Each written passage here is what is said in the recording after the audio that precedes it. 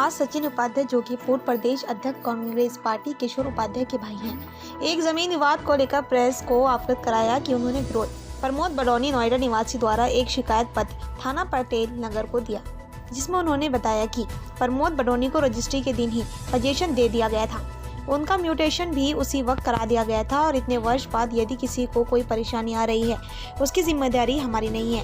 शिकायतकर्ता ने अपनी शिकायत के पत्र में ही इस बात को उल्लेख किया कि उन्होंने वहां पर बाउंड्री का कार्य कराया था। सचिन उपाध्याय का कहना है कि यह पूरा मामला राजनीति से प्रेरित है एवं पुरानी रंजिश निकालने के लिए प्रमोद बडोनी का इस्तेमाल किया जा रहा है।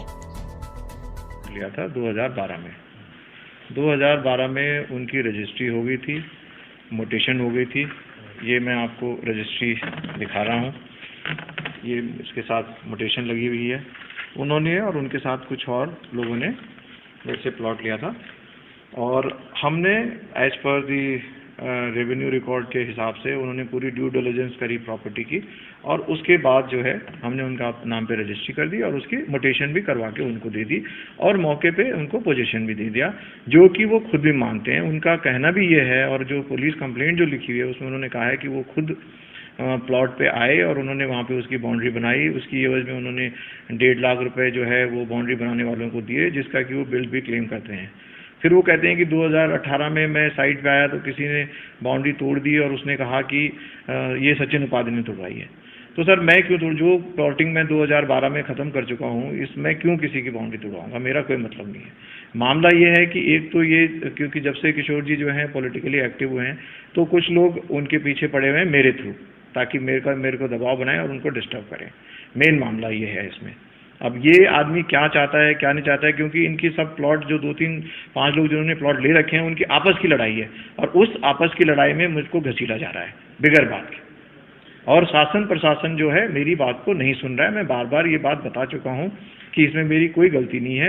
रजिस्ट्री हो गई है, म्यूटेशन हो गया है, पोजीशन दिया जा चुका है, तो इसमें 420C कहाँ से लगती है? मैंने कोई पेपर में कोई फॉर्जरी करी हो या कुछ मैनिपुलेट करा हो या ज़मीन में कुछ मैंने कुछ करा हो, तब मैं मान सकता हूँ इस बात। सर उनका बार बार ये कहना है कि आपने वहाँ पर मौके पर उनको पोजीशन नहीं दिया, तो क्या ऐसा कैसे प्रतीत होता है कि आपने पोजीशन नहीं दिया?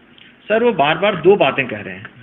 एक बात तो वो ये कह रहे हैं कि मैंने 1.5 लाख रुपए लेके अपनी बाउंड्री बनवाई और 5 दिन तक मैं वहीं रहा और सचिन उपाध्याय जी ने मुझे पोजीशन दिया। तो फिर 6 साल बाद उनको कैसे याद आ रही कि मुझे पोजीशन नहीं मिला? मैं ये बात भी समझने की कोशिश कर रहा हूँ। आप जमीन लेते हो, आप अपना कब्जा लेते हो, उसके बाद अपनी जमीन की खुद देखभाल करते हो। सचिन उपाध्याय आपका चौकीदार नहीं रह सकता ना 8 साल तक। मैं कैसे चौकीदारी कर सकता हूँ उनकी जमीन की? तो इस पूरे मामले के पीछे क्या देखते हैं? कोई राजनीतिक द्वेष की भावना हो सकती है या क्या देख रहे हैं सर? इसमें कोई पर्सनली किसी से रंजिश चल रही है? सर मेरी रंजिश मुकेश जोशी से चल रही है और ये मुझे कम्प्लीटली ब्लैकमेल और पॉलिटिकली मोटिवेटेड लगता है। और सबसे आश्चर्यजनक बात यह है कि पुलिस मेरी बात को नहीं सुन रही है। बात इसके लिए संपर्क किया आपने पुलिस अधिकारी से? मैंने संपर्क करने की कोशिश करी, अभी तक मुझे टाइम नहीं दिया गया। अब आई होप मुझे टाइम मिल जाए इसके लिए।